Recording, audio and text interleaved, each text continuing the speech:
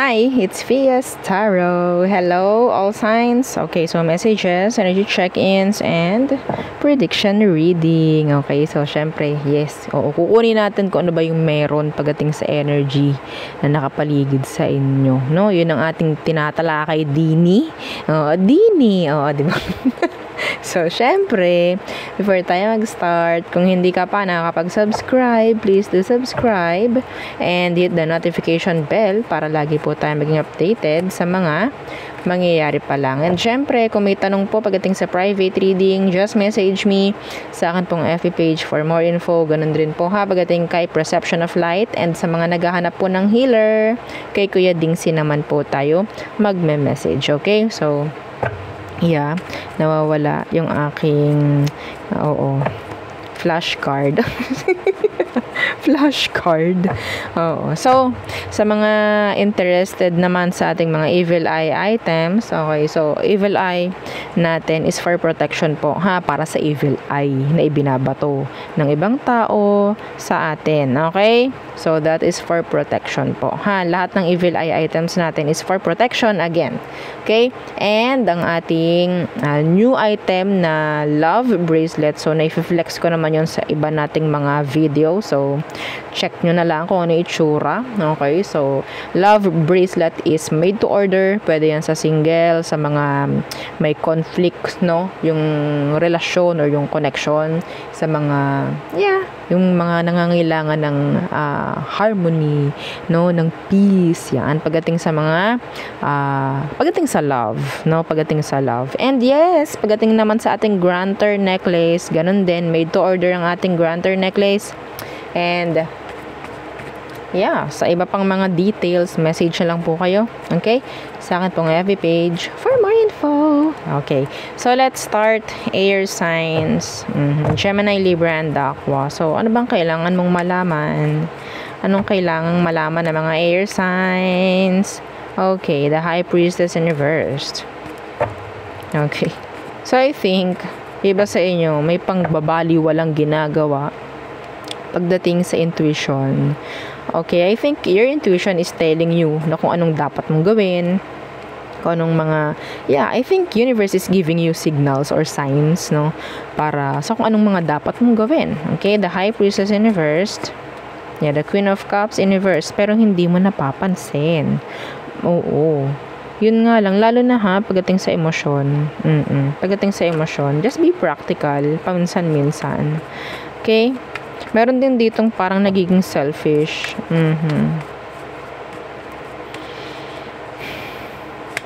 Yeah, the Ace of Wands in reversed. May mga makasarili na kailangan yung layuan. Okay, hindi kayo uunlad doon. Oo, kung palaging nandyan yan sa tabi nyo. Okay? So, the Chariot. Okay. What's with that?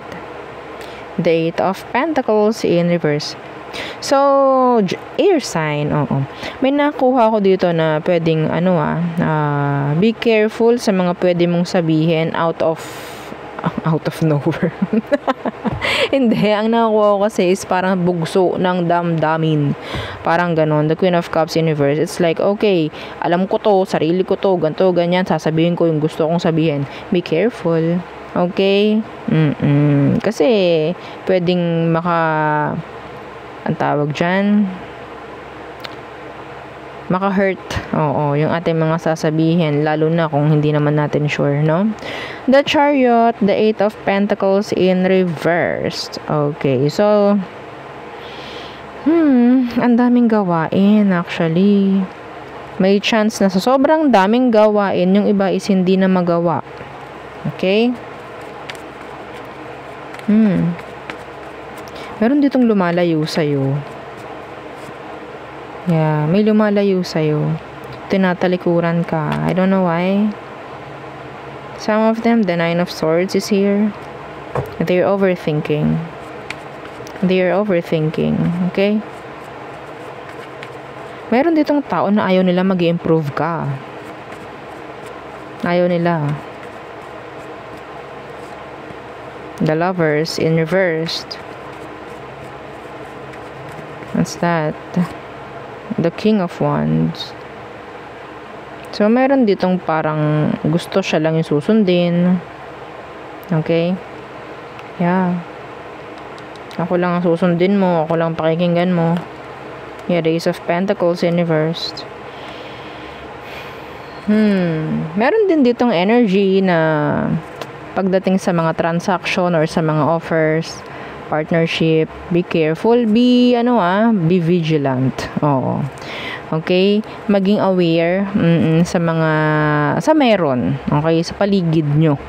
Okay? The Lovers, Universe. I think sa ngayon po kung may mga ganyan at sa tingin ninyo is hindi kayo mapalagay pagdating dyan, hindi kayo sure, huwag nyo munang tanggapin. Okay? Kung may mga offer na parang dumarating at hindi kayo sure, huwag nyo munang tanggapin. Okay? Specific po yun Okay? Yeah. Pagpaliban nyo muna. Okay? Pagpaliban. May mga pagpapaliban dito na pwedeng mangyari. Okay? So, okay. Yun lang aking nakikita for now. Okay. So, next. Fire signs, Aries, Leo, and Sagittarius. Okay. So, anong message for you? Fire signs. Okay. Fire signs. Aries, Leo, Sag. Okay. The Three of Swords in reversed. What's that? Okay. May mga nakaka-move on na dito. Or ikaw, may chance na maka-move on ka from an air sign or water sign. Okay? Some of you may chance na may ma-fix na mga situations. Okay, like someone na pwedeng nagkaroon kayo ng deep connection. Okay? May chance na magkaroon ulit ng pagkakaayos sa inyong dalawa. Someone will reach out na hindi mo inaasahang magre-reach out. Okay? May mga ngumusta. Yeah. Yes. Someone na nakaaway nyo before. Matagal nyo nang hindi nakakausap. So, siguro, yun nga lang, may chance na gusto lang nilang malaman kung anong meron sa inyo. Gusto makibalita, parang ganyan, okay? So, Six of Swords. The Five of Swords Universe. Yeah, may mga sitwasyon po fire signs, no? Pwedeng magkakaroon na ng pag-level up. Okay, mga sitwasyon. Okay? Six of Swords, Five of Swords in reverse. Yeah, say the Ten of Cups, may chance na kung ito is pinatutungkulan nito is mga issues, pamilya, mga ganyan, something na pwedeng may magbibigay na ng happiness, like genuine happiness. Ang nakuha ko dito, yeah, see the Wheel of Fortune, energy ng new start, changes is coming, no? Okay, so yeah, may mga pagkakaayos ako nakikita sa totoo lang. Sa una pa lang na card is the Three of Swords na naka-reversed. Okay? So, what else? So, what else for fire signs? The Two of Wands in reversed. The Seven of Swords. Yeah. Okay, the Eight of Swords. Ang dami naman. Ang daming nag-iisip sa inyo, fire signs. Puro ito swords. Puro pag-iisip. Okay? Letting go of kung ano man yung mga pinag-iisip nyo, like nagbibigay ng stress, you need to talagang bumitaw. Okay? Bitawan nyo na yung mga nagbibigay sa inyo ng stress. Okay?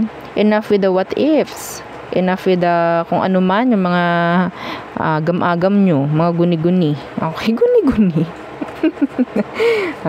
Meron ako nakukuha ditong surprise visit, an audit, surprise audit that is specific. Okay?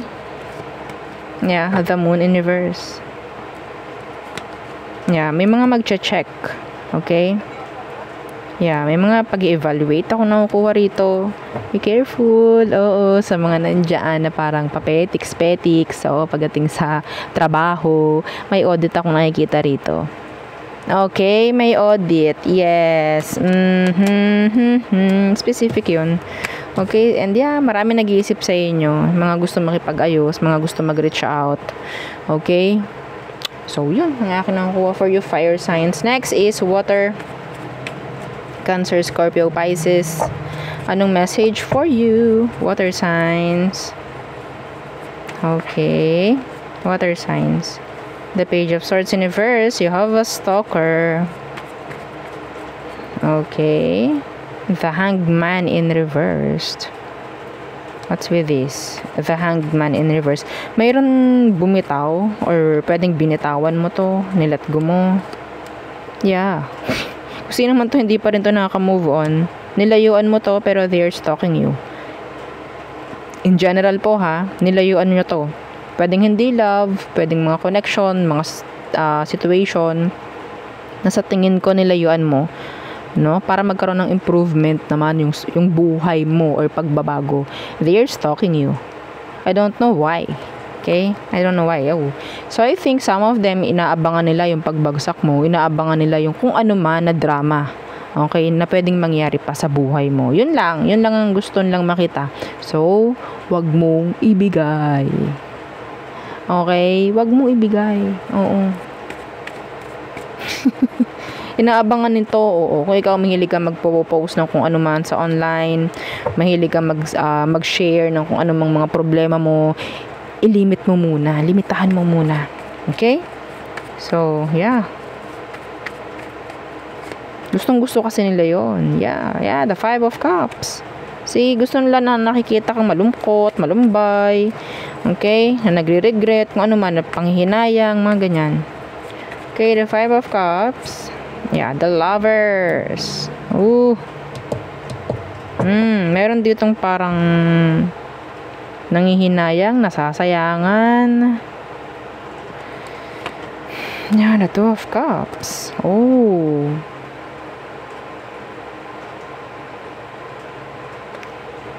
Water sign, Gemini. Meron ditong strong connection. Ako nakikita, strong connection. Let's see, ano tong 5 of Cups? What's with this 5 of Cups? Yeah, the 9 of Swords. Someone is overthinking about the situation, about the connection. Someone is overthinking. Na nagkokos na ng drama, nagkokos na ng, na pwedeng mag-cause, no? Ng pagkadismaya in the end. Pwedeng mag-cause ng panghihinayang in the end, regrets. Dahil sa sobrang attached, sobrang strong connection na pwedeng nararamdaman with with another person. Oo. Okay?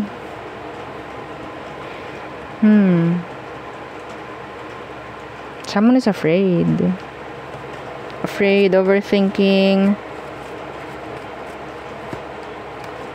Yeah, see? The Empress, the Moon. Yeah.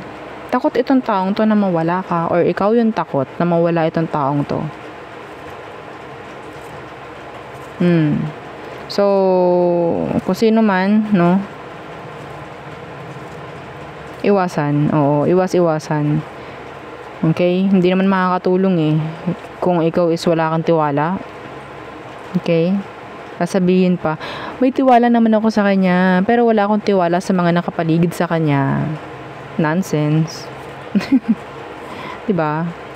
Kung may utak yung person, bakit siya gagawa ng something na pwedeng ikadismaya mo? Diba? Alam ng taong yan yung limit niya. Diba? Ganun eh. Kung wala kang tiwala sa iba, magkaroon ka ng tiwala sa taong yan. Kung sino man yan. Na parang natatakot ka na mawala. Okay? Kung may respeto yan sa'yo, ibibigay niya yun sa'yo. Okay? Ikikip niya yung trust na meron. Okay? Or sabihin natin, ipapakita niya sa'yo kung Dapat ba siyang pagkatiwalaan talaga? Pero yes.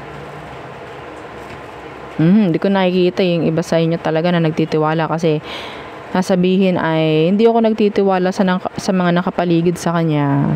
Pero yeah, may tiwala ako sa kanya. Ano yun? Diba? Nonsense.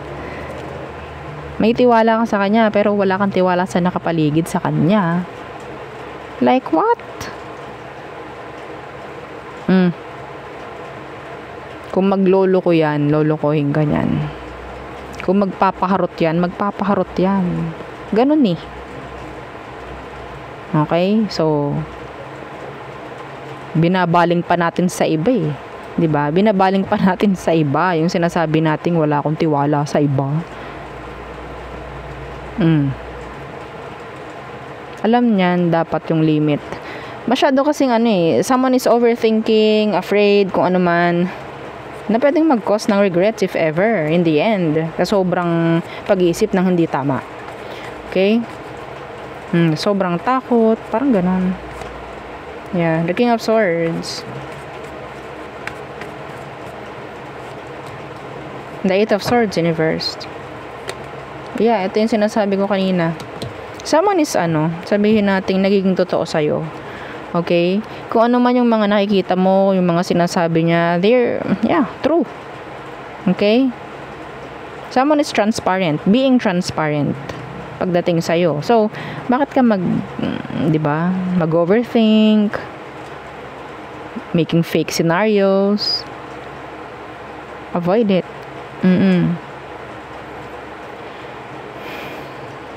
Okay? Meron dito talaga nagiging tapat sa'yo. An air sign, Gemini, Libra, and Aqua. Yeah. Okay? Yeah, Temperance. This being fair. Okay? Being fair. Anyway, meron lang talaga ditong sa tingin ko parang umiintindi. Kasi someone is younger. Parang ganun, younger. Or immature lang talaga. Yeah. Anyway, next, earth signs. Taurus, Virgo, and Capricorn. Okay. Earth signs, Taurus, Virgo, and Capricorn. Ano ang kailangan nyong malaman? Okay, the Eight of Wands. Okay, that is action in general. Okay, that's like leveling up. Like from this level to this level. Parang ganyan. Okay, this is action. This is improvement for me. Okay. Yeah, the Five of Cups in reverse. Someone is moving on. Okay, someone is moving on. Yeah, the Magician. If you're moving on from kahit ano man na kailangan pag-move onan, gumaganda yung energy mo. Okay? Gumaganda. It's like pumapantay sa frequency na meron ka or sa frequency na ibibigay ni universe sa'yo dahil some of you good things pwedeng mag-manifest sa totoo lang. Okay? Kasi pumapantay kayo or lumilevel kayo doon sa mga frequency na nasa higher vibration. Yeah, this is higher vibration. Okay? Yeah, the Eight of Cups. Some of you, you're moving on. Okay? Forgetting kung ano man ang mga kailangan forget. Mga ganyan. Okay? It's like going with the flow. Kung anong meron. Accepting. Mga ganyan. Okay?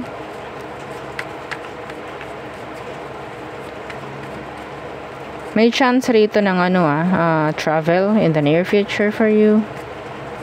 May chance rin po yung iba sa inyo is magkaroon ng kakonect or a stable relationship na someone na talagang malayo. Okay? So the Queen of Pentacles in reverse. This is having limits, no? Pagdating sa mga naipo-provide mo. Yeah, the King of Swords in reverse. Yes. So maybe wag mong iisipin yung mga sasabihin ng iba if ever. Okay? Huwag kayong matatakot. Yeah. The Five of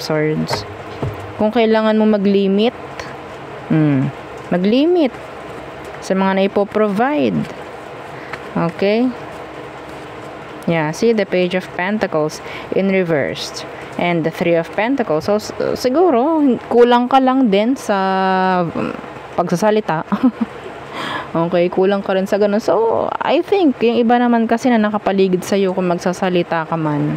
No, kailangan natin ganito, limitahan natin tong ganito, ganyan, ganito. Maintindihan ka rin naman nila. Okay? Yeah. What else? Earth signs. Okay, the Page of Wands. Someone wants your attention. A fire sign. Page of Wands.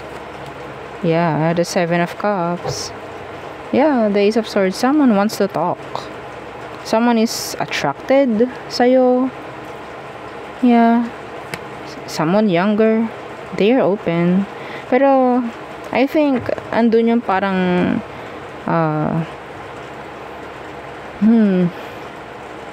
hindi sila nagmamadali. Okay? Like, I don't know. There's like ang narinig ko sa taong to, may tamang time para makapag-usap kami. Like, I'm open for earth sign.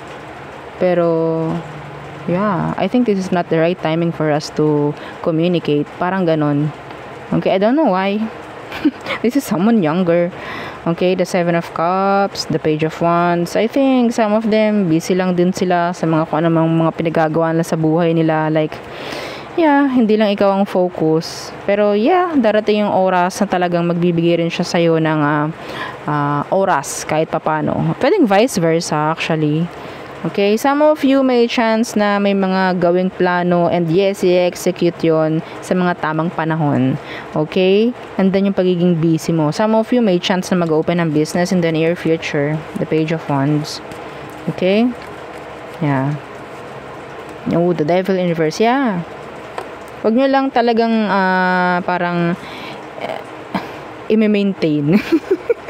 Na plano lang, no? I-maintain. Oh, wag niyo hahayaan, no? Na plano na lang. Oh, try to execute. Oh, execution. Okay?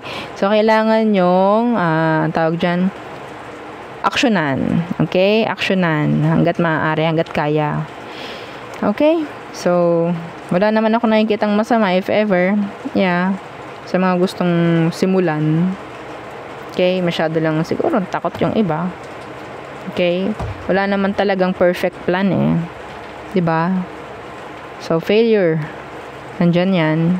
Pero, wag nyo hayaang yung failure is maging dahilan para hindi nyo ipagpatuloy, yung mga gusto nyo gawin.